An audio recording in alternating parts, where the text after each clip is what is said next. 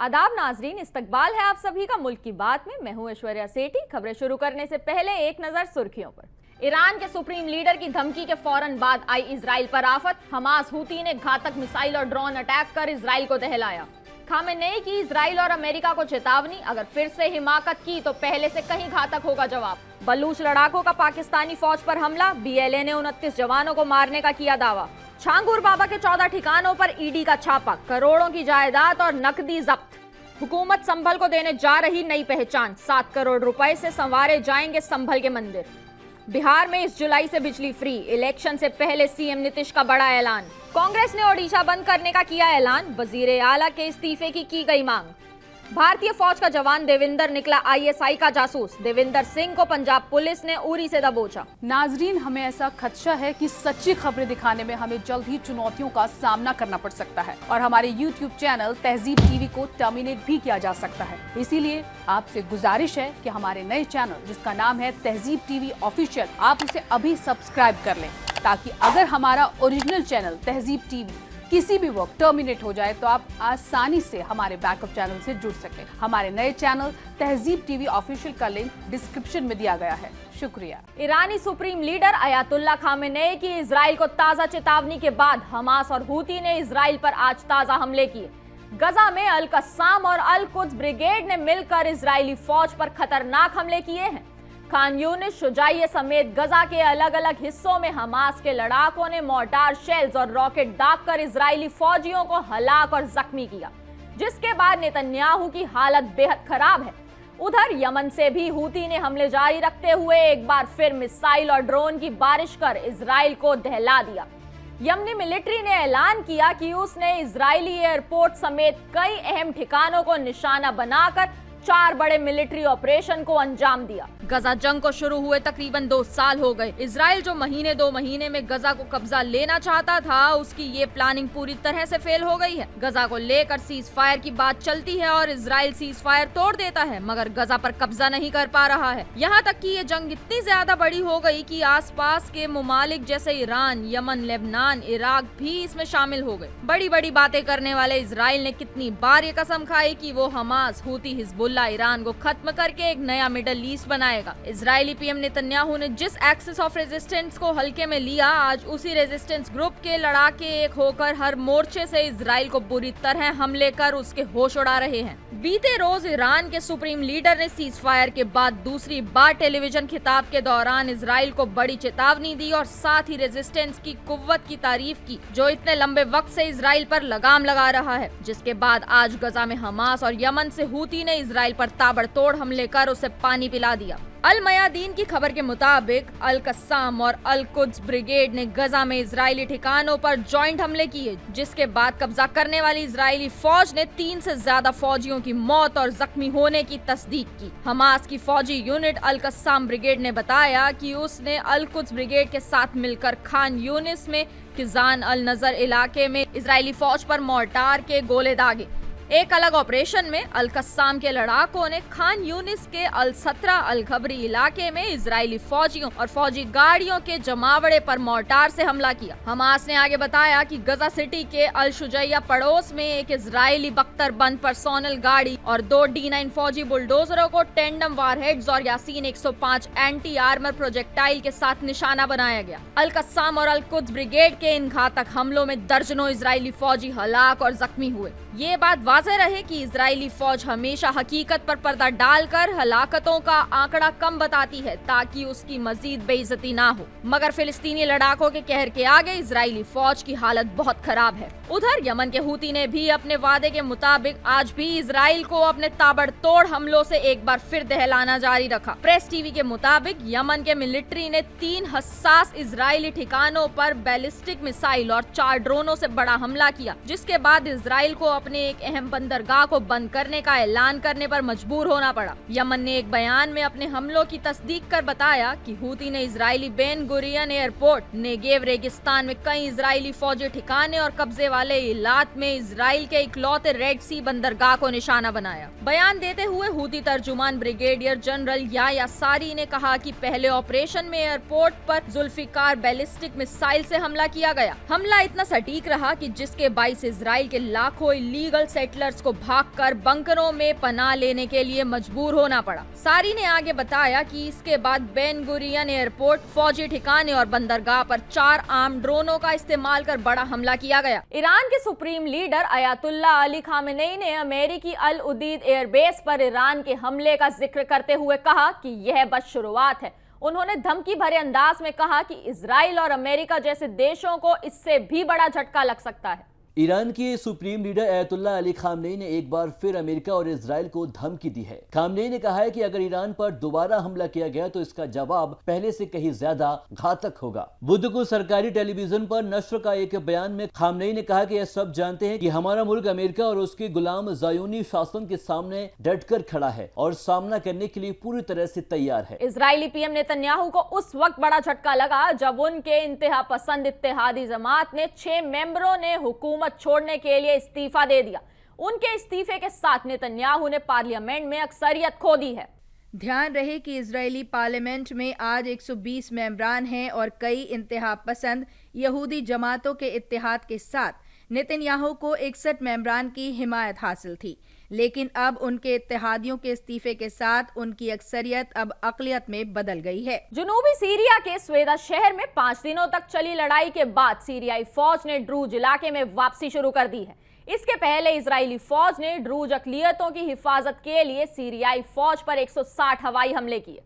जुनूबी Syria में 5 दिनों तक जारी लड़ाई के बाद सीरिया ने बुध की रात को ऐलान किया कि उसने ड्रूज बहुल स्वेदा शहर से अपनी फौज को वापस बुलाना शुरू कर दिया है।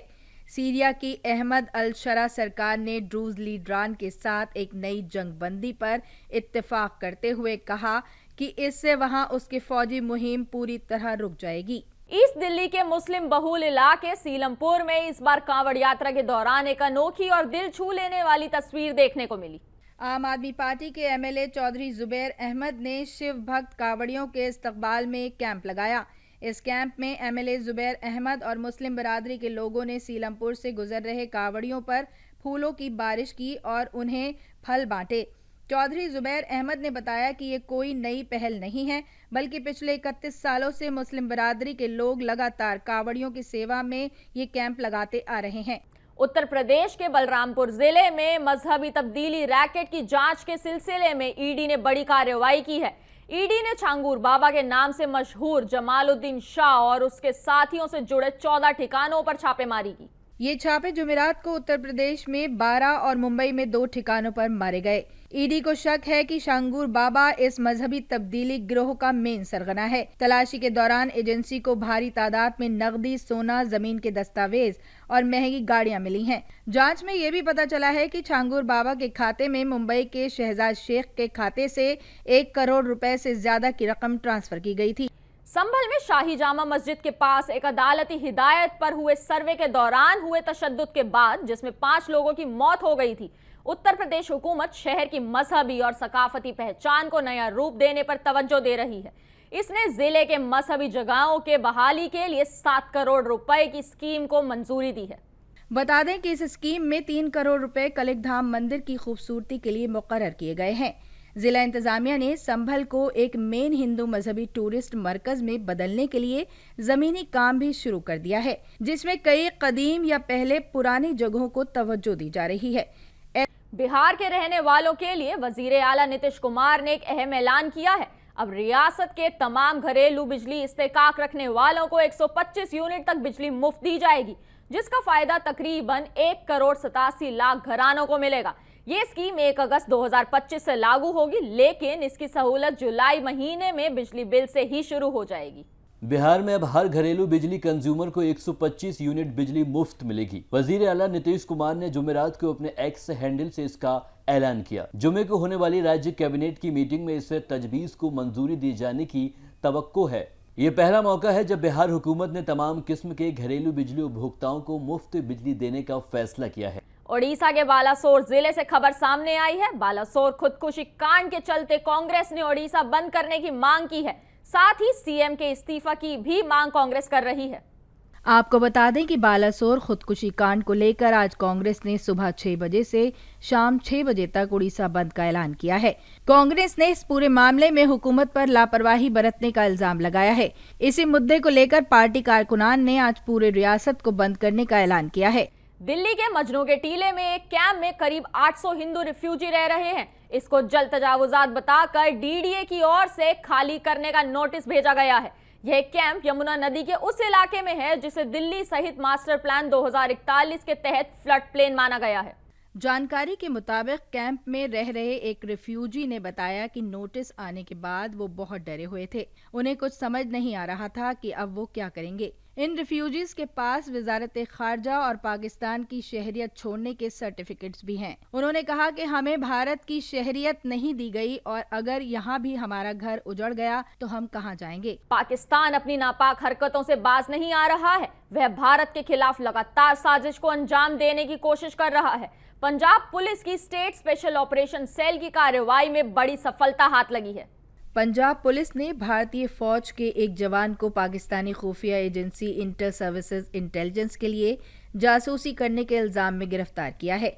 ये गिरफ्तारी जम्मू कश्मीर के बारामूला जिले के उरी इलाके से हुई है। मुलजिम की पहचान देवेंद्र सिंह के रूप में हुई है, जो पंजाब के संगरूर जिले के निहालगढ़ गाँव का रहने वाला है। पुलिस ने देवेंद्र सिंह को कोर्ट में पेश किया, जहां से उसे 6 दिन की रिमांड पर भेज दिया गया है।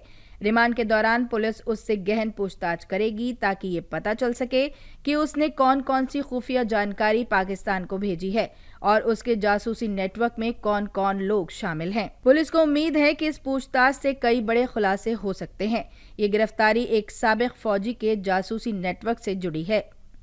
कर्नाटक हुकूमत ने हाई कोर्ट को सौंपी रिपोर्ट में कहा कि रॉयल चैलेंजर्स बेंगलुरु ने चिन्नस्वामी स्टेडियम में विजय परेड के लिए लोगों को एक तरफा और शहर की पुलिस से बिना इजाजत के इनवाइट किया था। बेंगलुरु के कांतिराव स्टेडियम में विराट कोहली के फैंस से खचाखच भरे इवेंट में भगदड़ मच गई थी, जिसमें कई लोग जख्मी हो गए थे। इस इवेंट को लेकर कर्नाटक हुकूमत की जांच रिपोर्ट में रॉयल चैलेंजर बेंगलुरु को कसूरवार ठहराया था। सरकारी रिपोर्ट में कहा गया है, इनेकाद से पहले पुलिस से जरूरी मंजूरी नहीं ली गई थी। रिपोर्ट के मुताबिक आरसीबी इनबॉक्स नाम से मुनक्किद इस इवेंट में विराट कोहली भी शामिल होने वाले थे। इस वजह से भीड़ का जबरदस्त दबाव था। रिपोर्ट में साफ किया गया है कि इनेकाद से पहले पुलिस या जिला इंतजामिया से किसी भी तरह की मंजूरी नहीं ली गई थी। रिपोर्ट के मुताबिक ऑर्गेनाइजर ने 4 जून को जिला इंतजामिया को खत लिखकर 5 जून को इवेंट की मालूमात दी थी, लेकिन इस खत में किसी भी तरह की मंजूरी नहीं मांगी गई थी। विराट कोहली की मौजूदगी का प्रमोशन सोशल मीडिया पर हुआ, इससे भीड़ और बढ़ गई। इस इवेंट के लिए टिकट वेबसाइट पर मुफ्त में बांटे गए, जिसकी वजह से भारी तादाद में लोग पहुंच गए। ऑर्गेनाइजर ने किसी भी तरह की ट्रैफिक प्लान का भी इंतजाम नहीं किया गया था। भारी भीड़ के चलते भगदड़ जैसे हालात बन गए और कई लोग जख्मी हो गए थे। बलोच लिबरेशन आर्मी ने एक बार फिर से पाकिस्तान के फौजियों को निशाना बनाया है।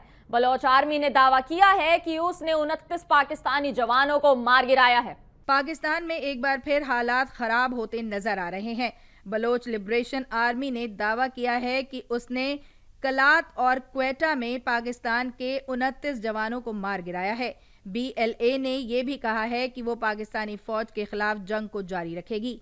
बलोच लिबरेशन आर्मी ने पाक फौज पर हमले के बाद बयान जारी किया है। उसने कहा, क्वेटा में BLA की स्पेशल यूनिट फतेह स्क्वाड ने पाकिस्तानी जवानों को ले जा रही बस को IED से निशाना बनाया है। बलोच लिबरेशन आर्मी ने ये अपनी इकाई जिराब के खुफिया इनपुट के बाद किया है। जिराब पाक फौज को ले जा रही बस पर लगातार नजर बनाए हुए थी। बस कराची से क्वेटा जा रही थी। पाक जवानों को ले जा रही बस में कव्वाली गुलकार भी थे। BLA ने इस पर कहा कि कव्वाली गुलकार को निशाना बनाना उनका मकसद नहीं था, इसलिए उन्हें कुछ नहीं किया गया। BLA ने इससे पहले भी पाकिस्तान में कई बार हमला किया है। उसने क्वेटा के हजारीगांजी इलाके में हाल ही में IED से अटैक किया। इस हमले में पाकिस्तान के 2 फौजी मारे गए थे। अहम बात यह है कि इस अटैक में भी पाक फौज को और उसकी गाड़ी को निशाना नहीं बनाया गया। बलोच आर्मी ने पाक में हुए हमलों की जिम्मेदारी लेते हुए कहा कि वो फौज के खिलाफ जंग को जारी रखेंगे। अमेरिकी सदर ट्रंप ने कहा कि हम $100 अरब से ज्यादा की सरमायाकारी कर चुके हैं। ऑटोमोबाइल और स्टील को छोड़कर टैरिफ में कोई खास बदलाव नहीं आया है। अमेरिकी सदर डोनाल्ड ट्रंप ने भारत के साथ डील को लेकर अच्छी खबर दी है। उन्होंने बुध को कहा कि हम भारत के साथ डील के बेहद करीब हैं। ओवल ऑफिस में सहाफियों से बात करते हुए ट्रंप ने कहा कि हम भारत के साथ एक समझौते के बहुत करीब हैं। हमने कई बेहतरीन मुल्कों के साथ समझौते किए हैं। शायद भारत के साथ भी हमारा एक और समझौता होने वाला है। मुझे नहीं पता, हम बातचीत कर रहे हैं। जब मैं खत भेजूंगा तो वो समझौता हो जाएगा। नाजरीन, मुल्क की बात में आज के लिए बस इतना ही। मुझे दीजिए इजाजत। आदाब।